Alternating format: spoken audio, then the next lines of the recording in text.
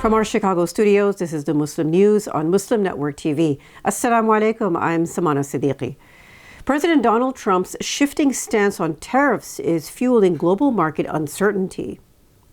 After threatening a 50% tariff on EU imports starting June 1st, Trump made a surprise U-turn, delaying the decision to July 9th. The announcement was made following a call with EU Commission President Ursula von der Leyen. Despite a 90-day tariff truce with China starting May 12th, investors remain jittery. Experts warn Trump's inconsistent rhetoric could spark fresh trade wars and slow global growth, particularly hitting developing economies. Istanbul-based analyst Uzeyir Udogan says the World Uncertainty Index remains high and that volatility is likely to persist. A vibrant three-day Turkish festival wrapped up in Chicago on Sunday, drawing crowds and praise for its rich cultural showcase.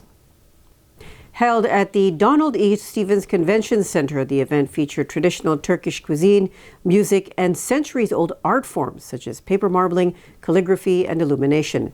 Visitors explored more than 200 booths, tasted regional dishes by renowned chef Ramazan Bingöl, and participated in live art workshops led by Turkish artisans.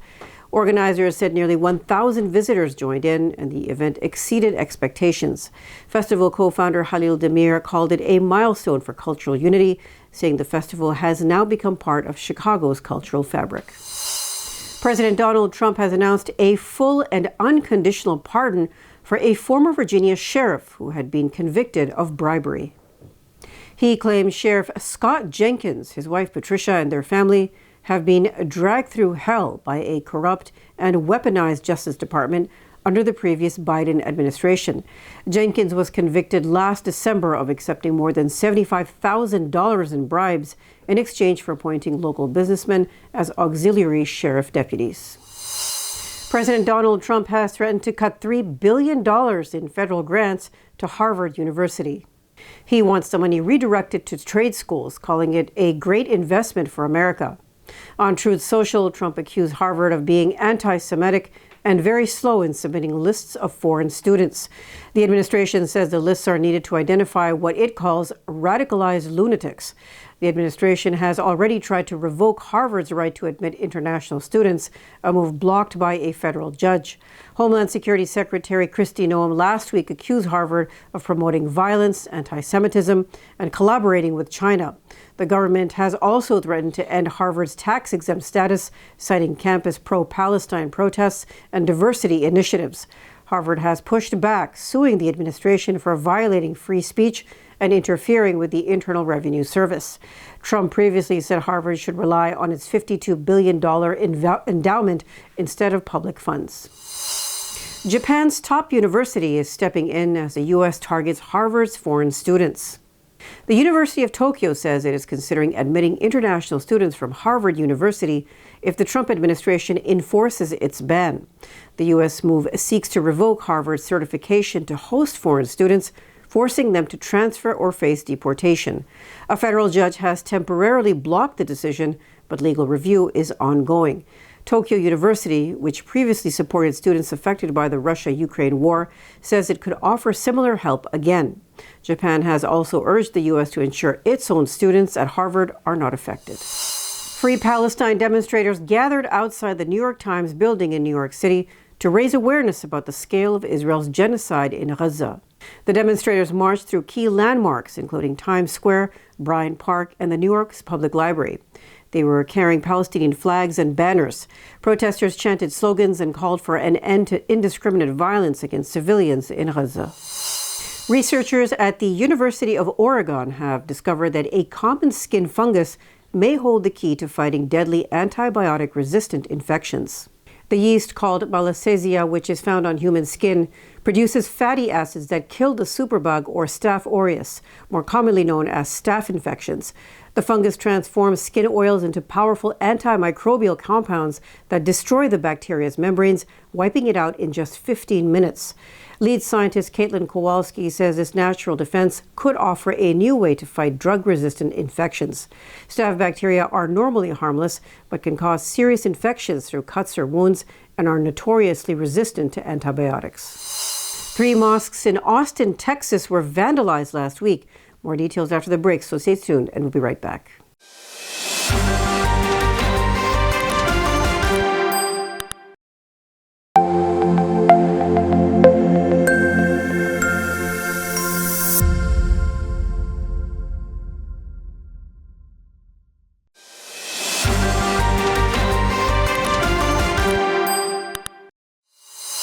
Three mosques in Austin, Texas were vandalized last week, sparking outrage and calls for unity. The Council on American Islamic Relations and community leaders condemned the attack. Security footage shows a masked white man spray painting entrances, fences, and signs at Nueces Mosque, Islamic Ahlul Bayt Association, and the Austin Diyanat Center on May 22nd. The vandalism has shaken the local Muslim community.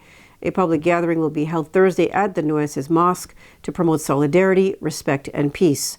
The mosques serve a large student and immigrant population in the city. Israel has killed at least 81 Palestinians and injured 163 in attacks across Gaza in the past 24 hours. Gaza City and Jabalia saw 53 deaths alone. Israeli strikes also hit Khan Yunis, Beit Lahia, and Al-Rimal, targeting homes and residential areas. Fierce shelling and gunfire continue around northern Gaza, including near Al-Awda Hospital. Ceasefire hopes remain uncertain, despite Hamas saying it has accepted a U.S.-backed truce plan. The United Nations warns that Gaza's humanitarian crisis is deepening. A joint UN and Food and Agriculture Organization report reveals that more than 80% of Gaza's farmland is damaged. UN refugee agency UNRWA says only 6 of its 22 health centers remain operational in the region due to constant bombardment. Wednesday will mark 600 days since Israel began its genocide in Gaza on October 7, 2023, killing over 64,000 Palestinians, according to the British medical journal The Lancet. It has also wounded more than 123,000, according to Gaza's health ministry. Israel's far-right National Security Minister Itamar Ben-Gvir stormed the Al-Aqsa mosque compound in occupied East Jerusalem on Monday, marking Jerusalem Day. Jerusalem Day celebrates Israel's 1967 capture of East Jerusalem. France 24 reports that groups of Israelis chanted "Death to Arabs" and sang "May your village burn" as they made their way through Muslim neighborhoods of Jerusalem's Old City ahead of an annual march to mark the occasion. Ben-Gvir was joined by other ministers and more than 1,500 Israeli settlers, many of whom performed rituals under heavy police protection. He hailed the visit as a religious victory, sparking strong condemnation from Palestinians and international observers. The Palestinian Foreign Ministry called the intrusion part of Israel's broader agenda of genocide, Judaization, and annexation. Hamas denounced the raid as a desperate attempt to impose full Israeli control over the holy site. Al-Aqsa's preacher, Sheikh Ikrimah Sabri, warned of a siege meant to empty the mosque of Palestinian worshippers. This marks Ben-Gvir's 7th incursion into the site since joining Israeli Prime Minister Benjamin Netanyahu's government. Al-Aqsa Mosque, Islam's third holiest site, is regularly stormed by illegal Israeli settlers. Fears are growing among Palestinians that Israel aims to erase the city's Arab and Islamic identity. Illegal Israeli settlers torched Palestinian farmlands and the Israeli army demolished Palestinian buildings in the occupied West Bank on Monday. Israeli settlers set fire to olive groves and farmland in Ain Samia near Ramallah and in the villages of Salem and Beit Dajan near Nablus. They destroyed ancient olive trees and attacked Palestinian cars with stones. At the same time, Israeli forces razed a 2-story house and a sheep farm near Bethlehem, claiming they lacked permits. Activists condemned the move as an effort to drive Palestinians off their land. Meanwhile, Israel began constructing a new settler-only road near Ramallah, cutting through Palestinian towns and linking settlements to Israel. Since 1967, Israel has built 710 illegal settlements and more than 1,000 checkpoints in the West Bank. Israel has killed nearly 970 Palestinians and injured more than 7,000 across the West Bank since Israel's genocide in Gaza began in October 2023, according to Palestinian authorities. In a major symbolic move, the World Health Assembly has approved raising the Palestinian flag at the World Health Organization, or WHO's headquarters and offices. The decision passed with 95 votes in favor, 4 against, including Israel and Germany, and 27 abstentions. The new rule allows flags of non-member observer states at the UN to be displayed alongside WHO member states in alphabetical order. Though it does not grant Palestine full WHO membership, the vote is seen as a significant gesture of recognition. Algeria, China, Turkey, Egypt, Pakistan, and several Arab and African countries jointly proposed a resolution. Palestinian officials hailed it as an important diplomatic win and a step toward broader international acceptance. The UN Refugee Agency fears that 427 Rohingya may have drowned in 2 boat tragedies earlier this month while fleeing for safety. 12 boats carrying more than 500 Rohingya left from refugee camps in Bangladesh's Cox's Bazar and Burma's Rakhine State. 2 boats sank on May 9th and 10th, and only 87 survivors have been found so far. A third boat with 188 people was intercepted off Burma on May 14th. The UNHCR says 1 in 5 people attempting sea crossings in 2025 have died or gone missing.